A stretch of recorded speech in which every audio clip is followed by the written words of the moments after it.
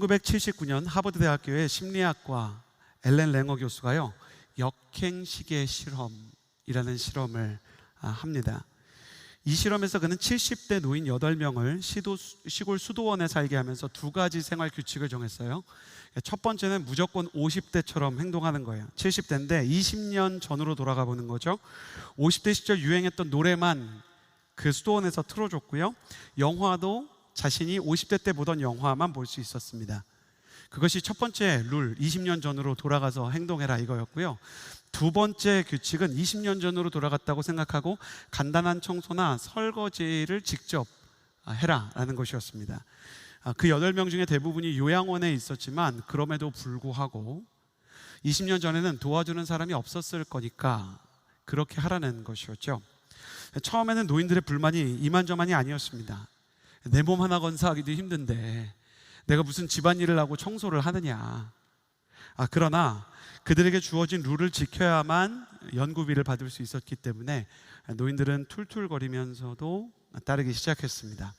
랭어 교수는 계속해서 50대의 생각을 하게 하고 50대 하던 일을 하게 했습니다. 일주일 뒤 노인들을 불러서 조사해 보니까요, 처음에는 서기 힘들다고 얘기했던 노인들이 8명 모두 시력과 청력과 기억력과 악력이 뚜렷하게 회복되는 조짐이 있었습니다. 그 중에 참여한 사람 중에는 이 보행기를 가지고 잡고 걸어야만 하는 어른도 계셨는데 보행기를 놓고 스스로 걸을 수 있을 정도로 근력이 회복된 사람도 있었죠. 결국 엘렌 랭어 교수 실험팀은 이 실험 결과에 따라 우리를 가두는 것은 신체의 한계선이 아닌 마음의 한계선이다라는 유명한 말을 남기게 되었습니다. 지난주부터 나눈 여호수아서를 보면 모세와 함께 40년을 보낸 백성이 이제 여호수아와 함께 요단 동편에서 요단 서편으로 건너가야 합니다. 이제 요단강을 건너면 한 강이 우리나라에서 이렇게 가로로 흘러서 강북과 강남을 나누는 것처럼 요단강은 지금 사진 보이시죠? 그 쭉 세로로 길게 나 있는 맨 위에 이렇게 동그란 게 갈릴리 호수고요. 아래가 이제 사해라고 불리는 바다예요. 약간 호수같이 생겼지만 이스라엘 사람들은 강과 바다를 나누는 단어 없이 많은 물이 모이면 다 바다라고 불렀기 때문에 중간에 이제 요단 강이 흐릅니다. 이 요단 강을 지금 이스라엘 캠프가 저기 있잖아요. 저기서 넘어가면 바로 여리고가 있는 거고 전쟁이 시작되는 것입니다. 그들 앞에 있는 요단 강을 보면서 이스라엘 백성은 긴장감과 또 두려움과 버거움과 또 기대감을 복잡하게 느끼는 상태가 되었을 것입니다. 그들 앞에 있는 요단강은 사실 이스라엘 백성들에게는 마음의 한계선이었습니다. 내가 이 선을 넘을 수 있을까? 이스라엘 백성이 이 선을 넘기 어려웠던 이유는 몇 가지 이유가 있었습니다. 첫 번째는 현실적인 격차 때문입니다. 이스라엘 백성과 가나안 백성들 사이에는 현실적인 격차가 있었어요. 가나안 사람들은 철병거를 가지고 있었다라고 얘기하는데 우리 옛날 중고등학교 때 배웠죠. 인류 문명이 구석기에서 신석기에서 청동기 철기를 향해 가는데 성경을 보면 철기 문화가 이스라엘 사람들에게는 이제 약간만 주어져서 지도자들 몇 사람만 철로 된 검을 가지고 있었고 대부분의 사람들은 나무로 된 무기나 아니면 돌로 된 무기를 가지고 싸워야 됐어요. 핵 보유국과 비핵 보유국만큼의 문명의 차이였기 때문에 이 현실적인 격차가 요단강을 건너는데 망설이게 하는 마음의 한계선이 되었습니다. 두 번째는 개인적인 위축이에요. 여호수아는 어땠는지 모르지만 여호수아와 함께하는 백성들은 모세와 여호수아는 그렇다 치고 내가 과연 할 수 있을까? 이런 생각이 드는 겁니다. 여러분 우리 한번 손들어 볼까요? 약간 이렇게 공산당원 같지만 손들어 보세요. 나는 모세가 홍해를 가른 걸 믿는다. 손들어 보시겠어요? 하나님께서 모세를 통해 홍해를 가르친 것을 저는 믿습니다. 내려보시고요. 자, 여호수아가 태양을 멈춘 사건에 대해서 어린 시절 들어본 적이 있고 나 그거를 믿는다. 손들어 보시겠어요?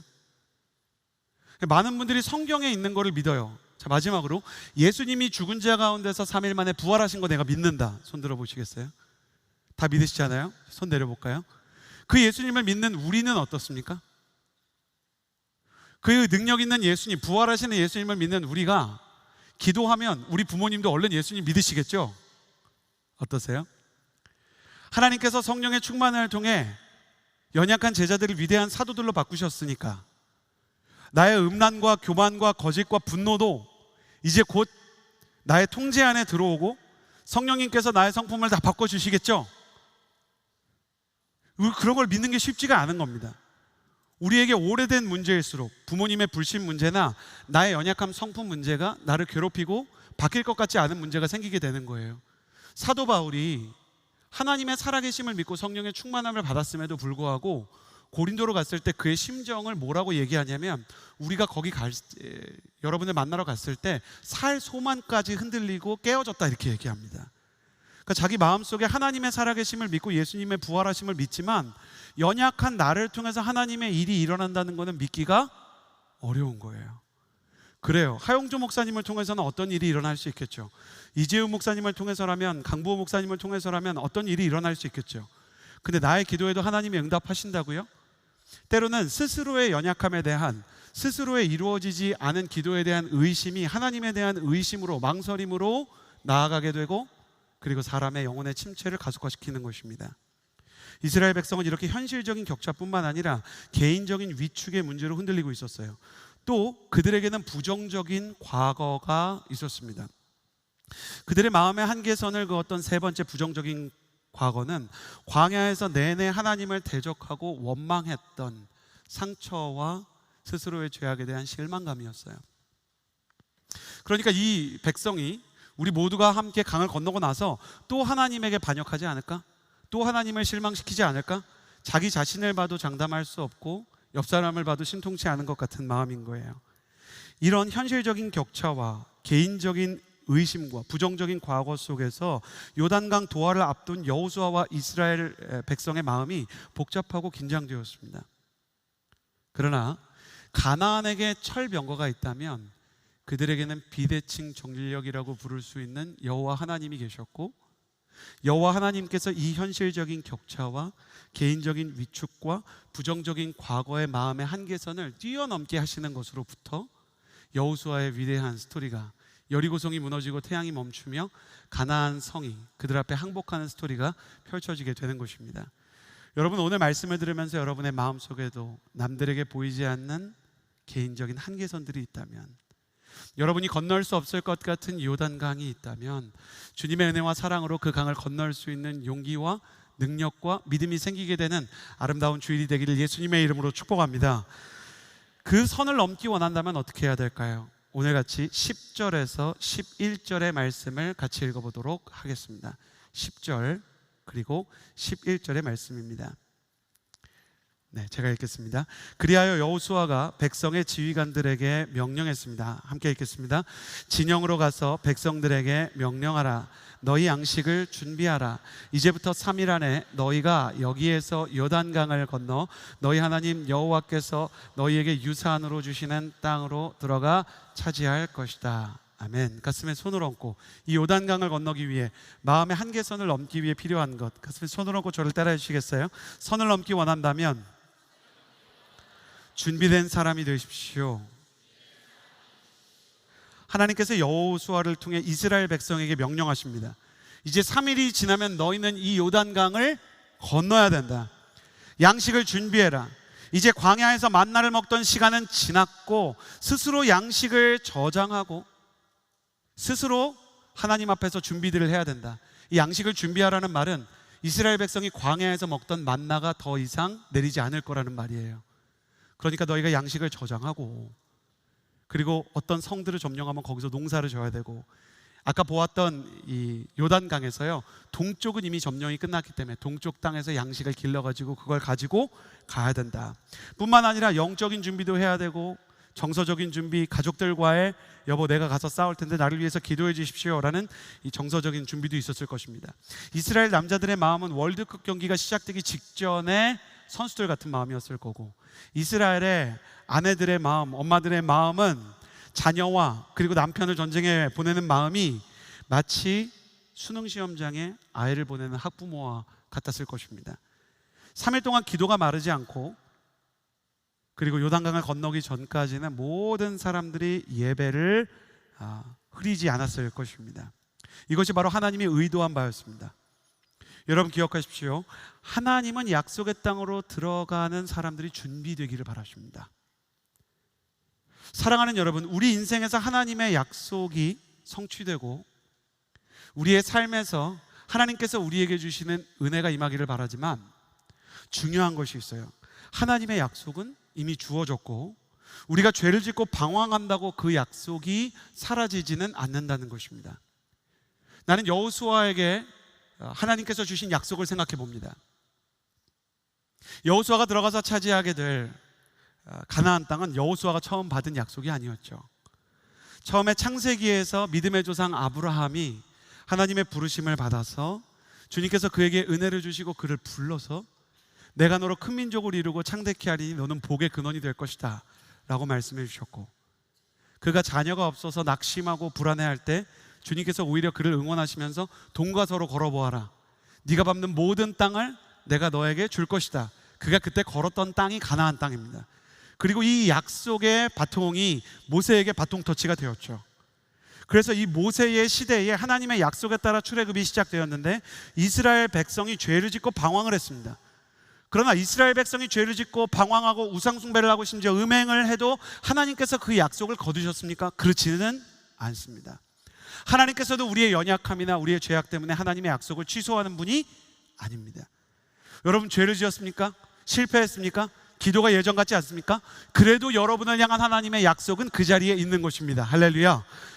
여러분이 부족하고 여러분이 흔들리고 이 나라와 우리 교회와 그리고 여러분의 가정과 여러분의 삶에 상처가 있습니까? 실패가 있습니까?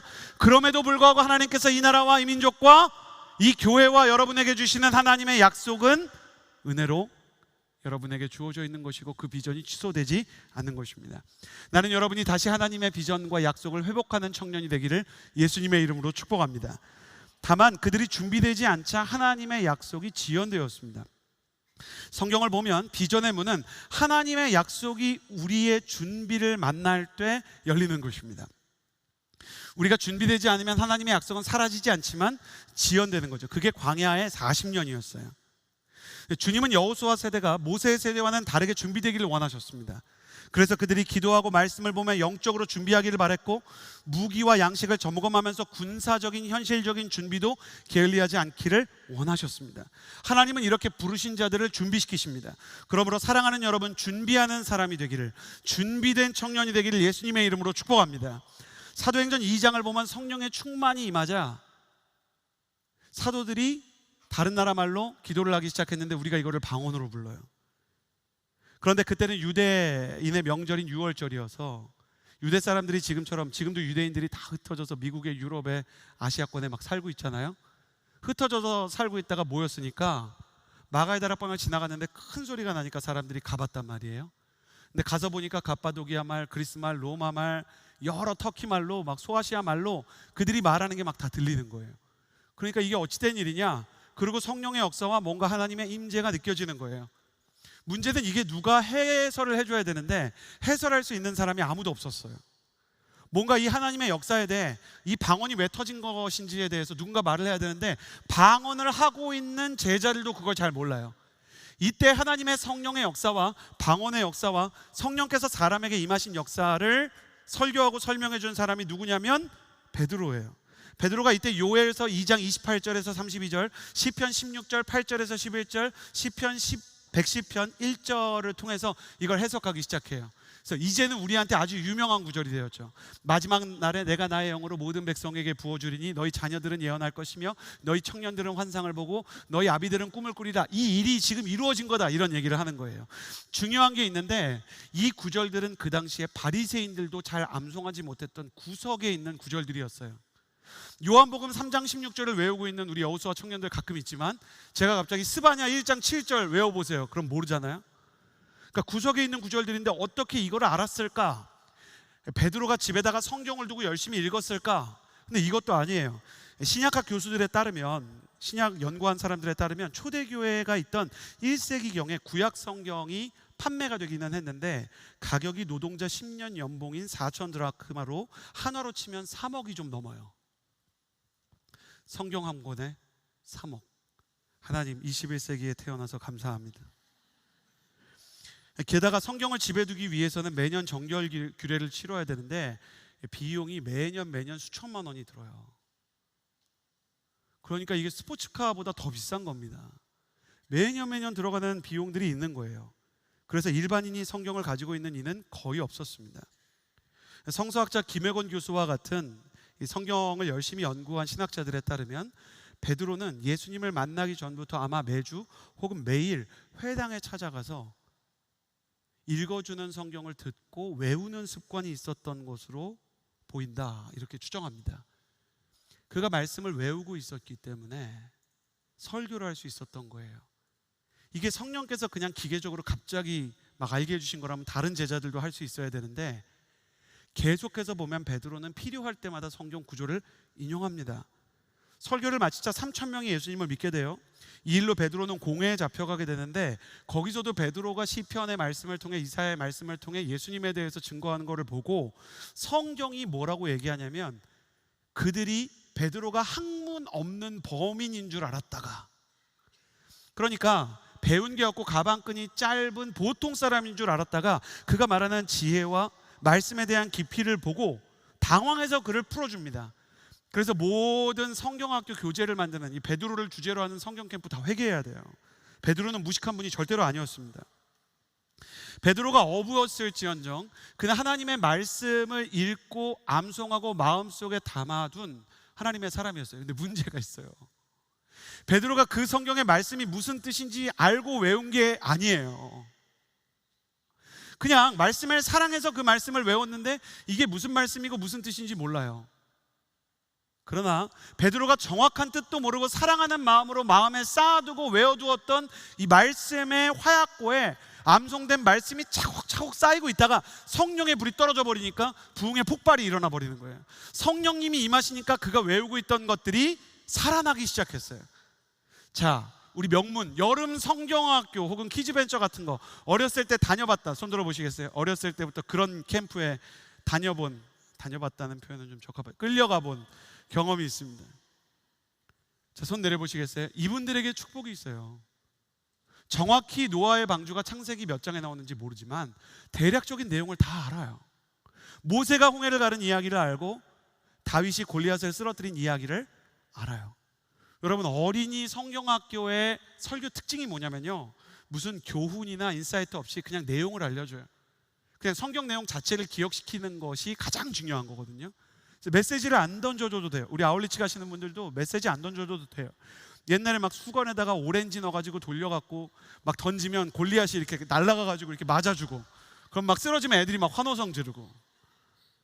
근데 그걸 보면서 마음속에 골리앗과 다윗의 싸움 같은 거를 보고 있다가, 모세가 홍해를 가른 장면을 보고 있다가, 어느 날 모태신앙인들은 기도할 때 자기도 모르게 그렇게 기도를 해요. 어떻게 기도합니까? 하나님, 내 앞에 내 힘으로 건널 수 없는 홍해가 있습니다.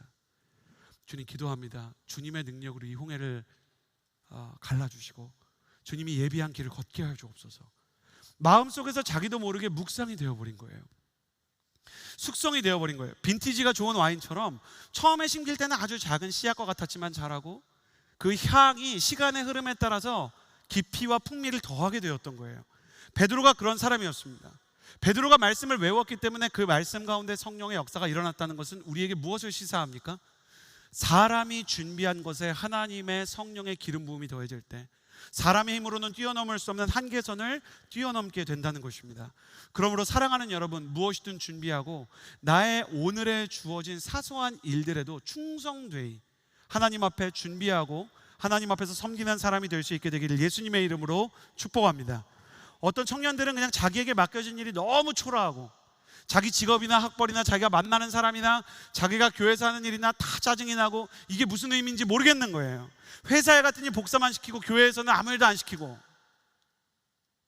그리고 세상 속에서 사람을 만났는데 어디서 이상한 사람들만 계속 만나는 느낌이 있는 거예요. 여러분, 다윗은 왕이 되기 위해서 미친 왕 사울을 섬기는 것부터 했고, 베드로는 설교자가 되기 위해서 영문도 모르는 말씀을 저장하는 것부터 했습니다. 그러므로 여러분의 오늘을 가치 없게 여기지 마십시오.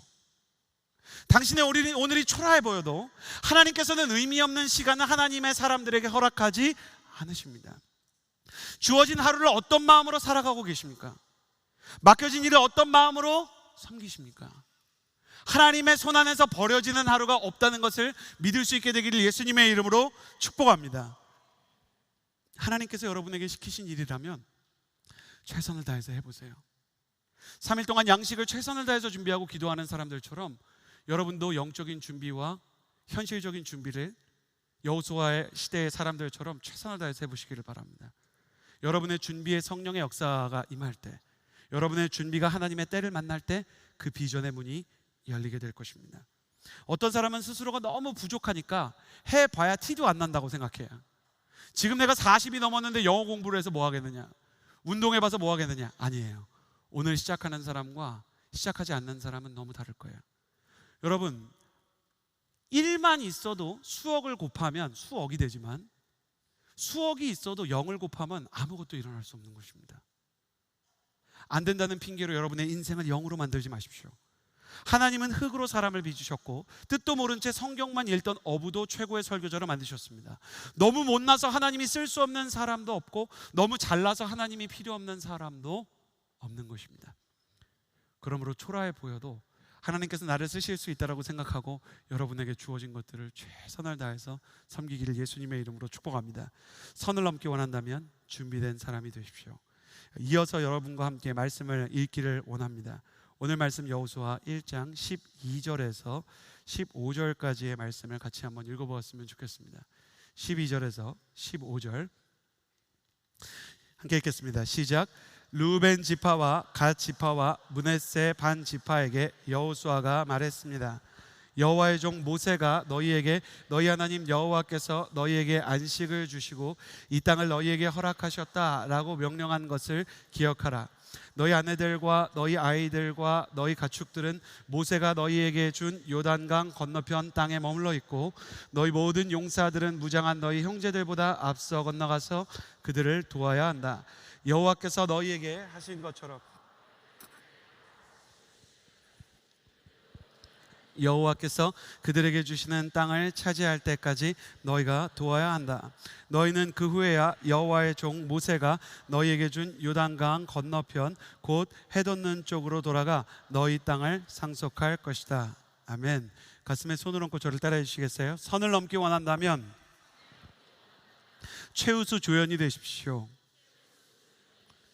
여호수아가 백성의 지도자들에게 3일 안에 이 강을 건너야 된다라고 말하면 이스라엘 백성의 일부만이 아니라 이스라엘 백성의 모든 남자들이 다 건너야 됩니다.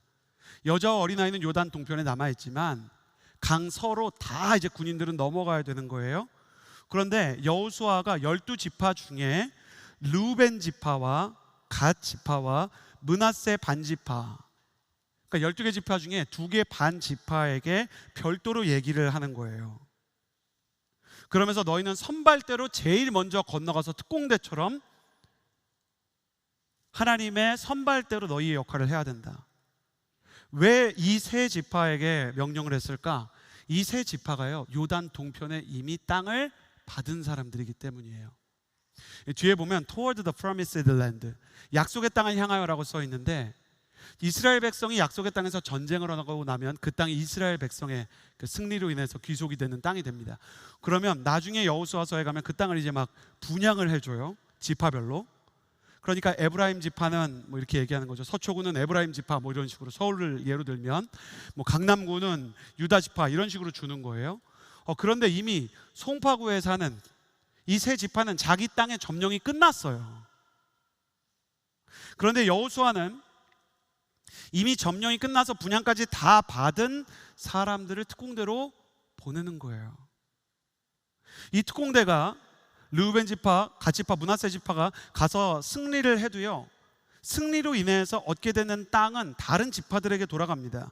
그러니까 이 사람들은 가나안 땅의 전쟁에서 주연이라기보다는 조연이고 헬퍼인 사람들이에요.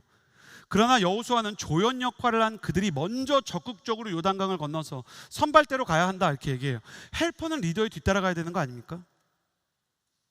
아니, 리더가 먼저 가고 헬퍼가 따라가야죠.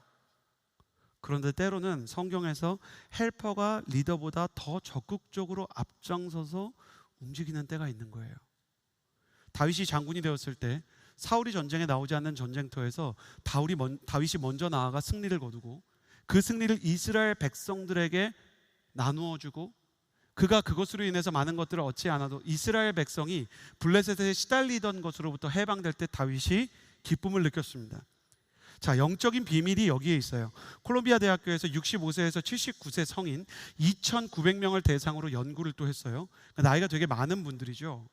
나이 많은 분들에게 조사를 했는데 이 2,900명이 약간 우울증이나 공황장애처럼 정신적인 질환이나 외로움이나 고독함을 심하게 느끼는 사람들이었어요.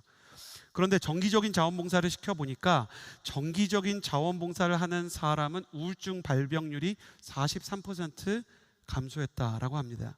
남에게 오히려 케어를 받아야 하는 노인이고 위로를 받아야 하는 정신적 소외계층인데도 불구하고 연약한 와중에서도 타인을 돌보기 시작할 때 자신의 손길이 누군가에게 치유와 회복에 초청장이 되는 것을 보고 삶의 의미를 발견하고 마음이 회복됐던 것이죠.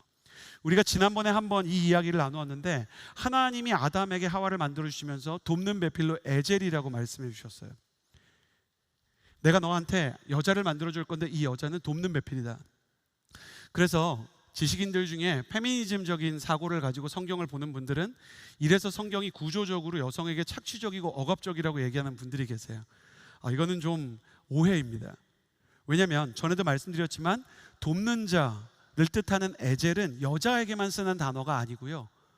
사무엘상을 보면 사무엘이 하나님의 도우심으로 블레셋과의 전투에서 이기고 나서 여호와께서 여기까지 우리를 도우셨다라고 말할 때 에벤 에젤이라고 부릅니다. 에벤에셀, 하나님이 여기까지 도우시다. 에벤은 여기까지라는 뜻이고 에젤은 하나님 도우셨다는 거예요.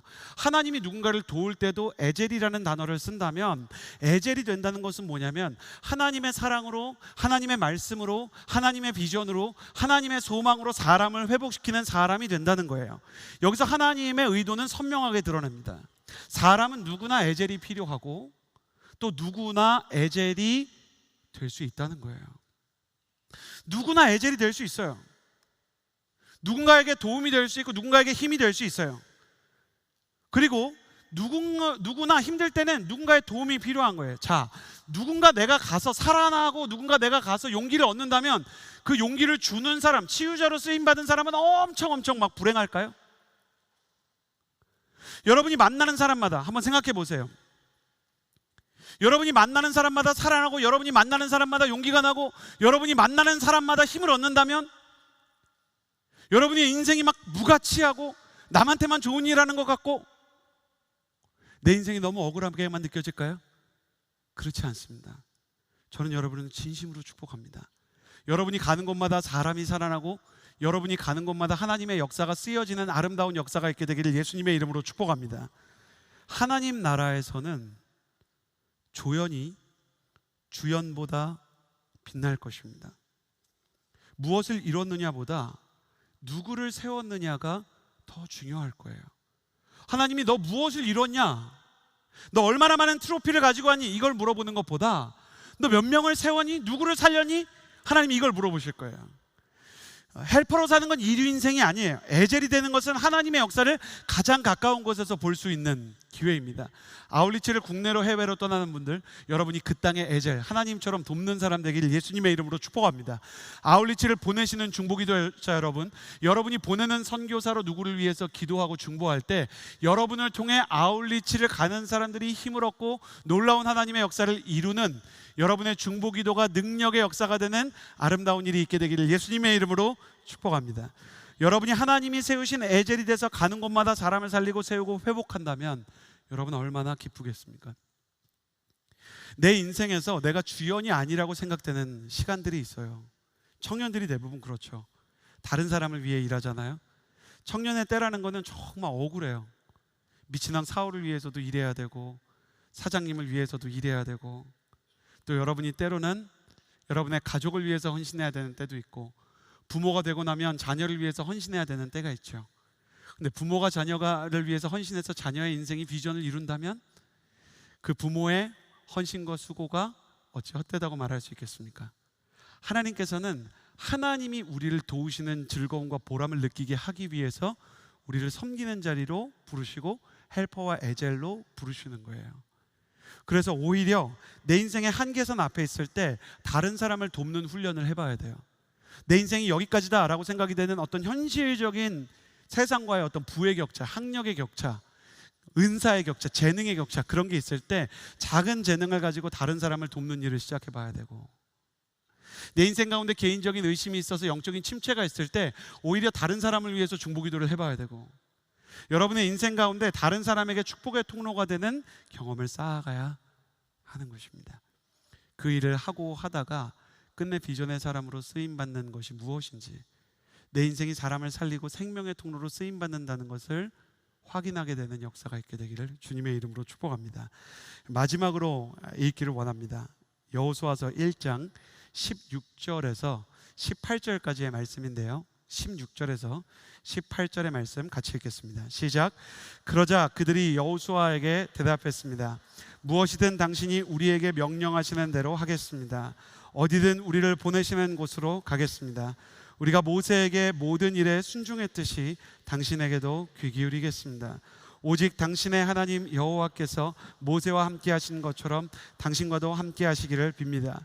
누구든 당신 말을 거역하고 당신이 우리에게 명한 모든 것을 듣지 않으면 죽임을 당할 것입니다. 강하고 담대하십시오. 아멘. 가슴에 손을 얹고 저를 따라해 주시겠어요? 선을 넘기 원한다면 아름다운 팀을 꿈꾸십시오. 오늘 말씀을 보니까 여호수아의 명령을 들은 세 지파를 비롯한 모든 이스라엘의 지파 지도자들, 이스라엘의 모든 백성들이 여호수아를 향해서 절대적인 지지를 하겠다고 다짐합니다. 절대 순종하겠다고 서약합니다. 여러분, 사실 지금 이 장면의 차이가 모세의 광야 시대와 여호수아의 시대를 가르는 결정적인 선이 됐어요. 성경을 연구하는 성서 신학자들은 구약 성경에서 가장 수준 높은 세대가 사무엘의 미스바 세대와 여호수아의 만나 세대라고 불러요. 근데 신기한 건 뭐냐면 미스바 세대는 사사 세대의 자녀였고요, 그리고 여호수아 세대는 불순종하는 광야 세대의 자녀였어요. 그럼에도 불구하고 하나님은 하나님을 똑바로 섬기지 않는, 하나님을 잘 모르고 패역하게 행동한 그 부모의 모습이 여호수아 세대에서 끊어지게 하셨어요.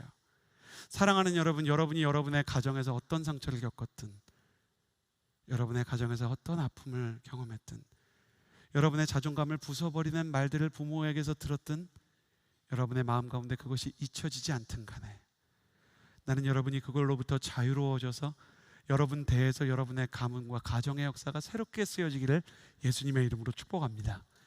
주님께서 그렇게 여호수아 시대를 쓰셨어요. 근데 이 여호수아 세대가 이런 위대한 영적인 역전을 어떻게 이루었는가? 그들이 순종하고, 그들이 리더를 세워주고, 그들이 공동체의 방향에 함께 걷기로 작정했기 때문이에요. 이게 하나님의 꿈이었어요.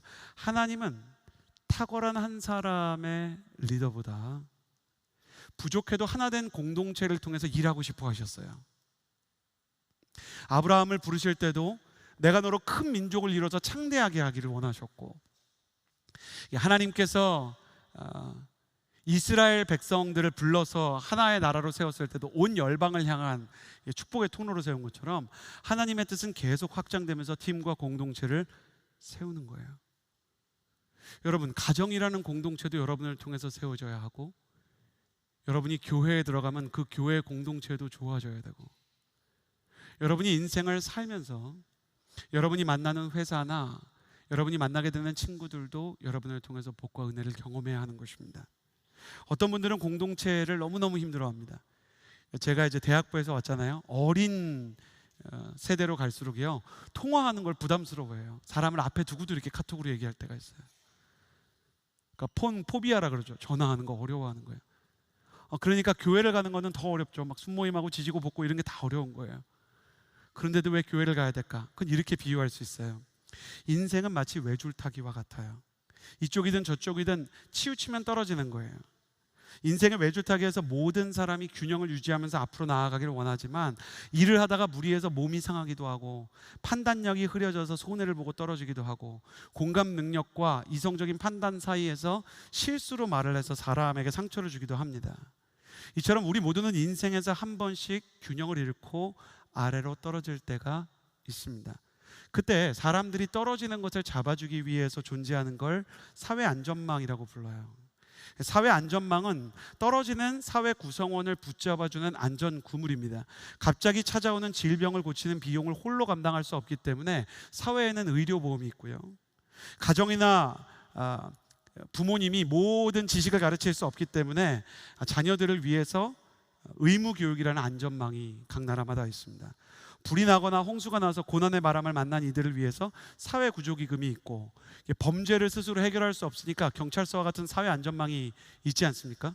하나님께서는 이런 사회안전망처럼 신앙에도 영적인 사회안전망을 주시기를 원하십니다.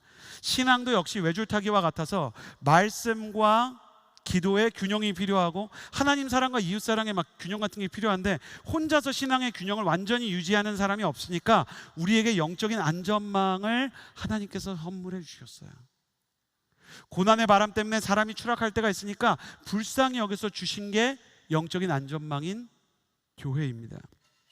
교회는 흔들리고 연약한 우리를 위해서 하나님께서 만들어 주신 영적인 안전 그물입니다. 코로나 이후에 신앙은 있는데 교회를 떠난 분들이 많으세요.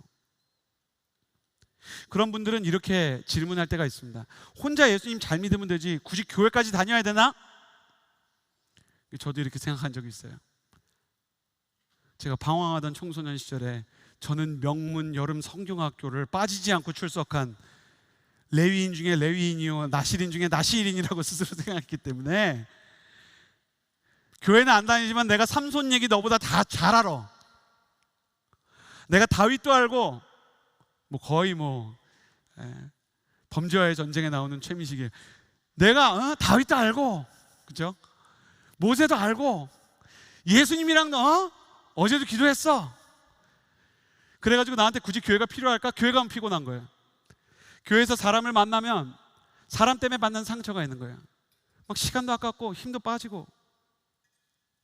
그런데 제가 신앙생활을 계속하면서 예수님에 대해서 생각하면서 알게 된 게 있어요. 제가 예수님만 잘 믿으면 되지 교회까지 다녀야 되나? 이런 질문을 하기 전에 마음속에 이 질문을 먼저 해야 되더라고요. 정말 내가 혼자서 신앙생활을 끝까지 잘할 수 있을까? 나의 신앙과 영적인 수준이 혼자서 완벽하게 신앙생활을 할 만큼 완숙한 레벨일까? 사도행전을 보니까 사도들이 성령 충만을 받았음에도 불구하고 하나님은 사도들이 홀로 신앙생활하도록 두지 않으셨더라고요. 사도들조차 홀로 신앙생활을 완벽하게 할 수 없었다면 우리가 어떻게 신앙생활을 홀로 완벽하게 하겠습니까? 사도들은 자기들에게 교회가 필요한 것을 너무너무 잘 알았어요. 왜냐하면 예수님을 버리고 도망갔던 실패와 침체를 경험해 봤기 때문에 누군가 나를 붙잡아줘야 된다는 것을 알았어요. 성령 충만한 사도들조차 교회 안에서 서로 교제하며 함께 기도하며 예배를 드렸는데 내가 죽는 날까지 어떻게 혼자 신앙생활을 완벽하게 하겠습니까?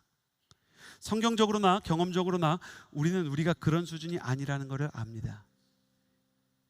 우리의 연약함을 인정할 때 하나님께서 우리에게 필요한 힘을 더해 주십니다. 당신에게는 신앙을 붙잡아주고 믿음이 떨어질 때 받쳐주는 건강하고 충만한 교회가 필요합니다. 하나님이 사도들에게 교회를 주시고 초대교회 성도들에게 공동체를 만들어 주셨다는 것은 이 시대에 이렇게 이해하면 돼요. 하나님이 나한테도 교회를 주고 싶어 하시는구나. 하나님이 나한테도 동역자와 멘토를 주고 싶어 하시는구나. 제가 참 자주 하는 축복인데 여러분에게 만남의 축복이 있게 되기를 바랍니다. 제가 온누리 교회에 처음 왔을 때 제가 참 이렇게 속썩이고 방황하는 아이였어요. 그런데 제가 한 번은 집을 나갔는데, 집을 나가서 제가 부천에 살았거든요. 그래가지고 막 방황하면서 집에도 안 들어가고 있는데 거짓말처럼 부천역에서 고등부 교회 선생님을 만난 거예요. 야, 서진아, 이렇게 부르더라고요. 즐거운 시간도 보내고 선생님과 함께 고민을 얘기하는데 마음속에 있는 진심들이 몇 가지 나오는 거예요. 선생님, 뭘 저희한테 이렇게 애를 쓰세요. 저희라는 거는 이제 저와 친구들, 이 친구들은 심지어 뭐 오늘의 교회 다니는 친구들도 아니에요. 이제 부천의 내 친구들. 뭐 저희한테 이렇게 시간 쓰고 돈 쓰세요. 우리 달라질 인생이 아니에요. 근데 하루 종일 웃고 있던 선생님이 놀이터에서 저희랑 얘기를 하다 그 정자에서 수십 분을 우는 거야. 손을 붙잡고 얘기하기 시작하는 거야. 아니야. 나는 그렇게 생각하지 않아. 선생님 왜 이렇게 또 우세요? 마음 약해지게. 그랬더니 네가 했던 말이 내가 네 나이 때 했던 말이야. 너가 지금 나를 보면 예수 잘 믿는 사람 같지? 네. 너가 지금 나를 보면 예수님 너무 사랑하는 사람 같고 어른 같지? 네. 아니야, 나 어른스럽지 않고 정말 나쁜 사람이었어. 그런데 하나님께서 내 인생을 바꿔주고 붙잡아 주셔서 여기까지 온 거야. 서진아, 교회에서 설교 듣다가 자도 돼. 교회에서 너 와서 찬양할 때 팔짱 끼고 앉아 있어도 돼. 그냥 거기만 있어. 너는 하나님 앞에만 있어도 소중한 애야. 그래서 다시 교회로 돌아가서, 그래서 그렇게 신앙생활을 하다가 그만 목사가 되고 말았어요.